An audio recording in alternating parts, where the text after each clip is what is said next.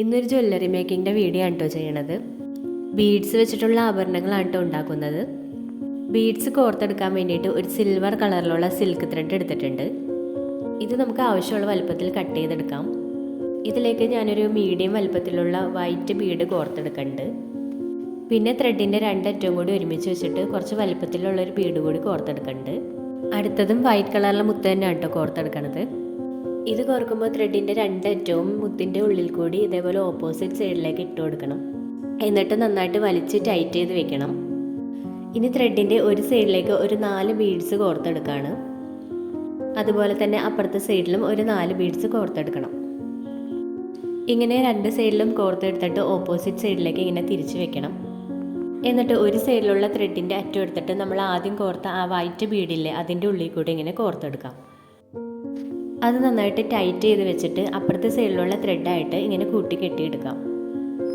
അഴിഞ്ഞു പോരാത്ത രീതിയിൽ 2-3 തവണയെങ്കിലും കെട്ടിട്ട് വെക്കണം കേട്ടോ. ഇനി 2 ത്രെഡിൻ്റെ മറ്റും കൂട്ടി വെച്ചിട്ട് ഒരു ചെറിയ ഗോൾഡൻ കളറിലുള്ള ഒരു മുത്തുകൂടി കോർത്തെടുക്കുന്നുണ്ട്. അങ്ങനെ ഈ 3 കളറിലുള്ള ബീഡ്സ് മാറി മാറി കോർത്തെടുക്കുന്നുണ്ട് കേട്ടോ.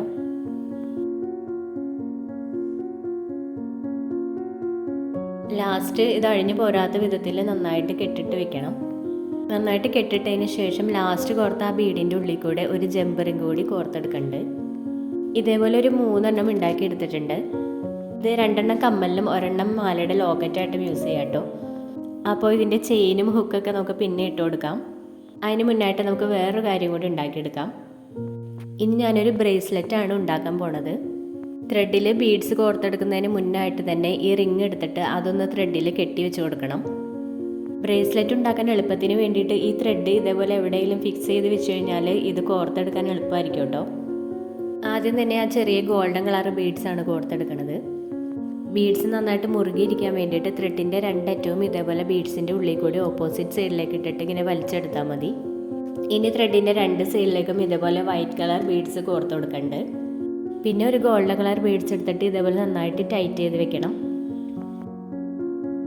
ഇനി 2 ത്രെഡിൻ്റെയും മറ്റും ഒരുമിച്ച് വെച്ചിട്ട് ആ വലിയ മുത്ത് കോർത്തെടുക്കുകയാണ്. പിന്നെ ഗോൾഡൻ കളർ ബീഡ്സ് കോർത്തെടുക്കാം. പിന്നെ നമ്മൾ നേരത്തെ ചെയ്ത പോലെ തന്നെ 2 സൈഡിലേക്ക് വൈറ്റ് കളർ ബീഡ്സ് കോർത്തെടുക്കാം. പിന്നെ ഗോൾഡൻ കളർ ബീഡ്സ് വെച്ചിട്ട് കെട്ടിട്ട് വെച്ചിട്ട് അടുത്ത കളർ ബീഡ്സ് കോർക്കാം. അങ്ങനെ ഇത് നമ്മുടെ കൈയുടെ വണ്ണത്തിനനുസരിച്ചുള്ള അത്രയും ഇങ്ങനെ കോർത്തെടുക്കാം.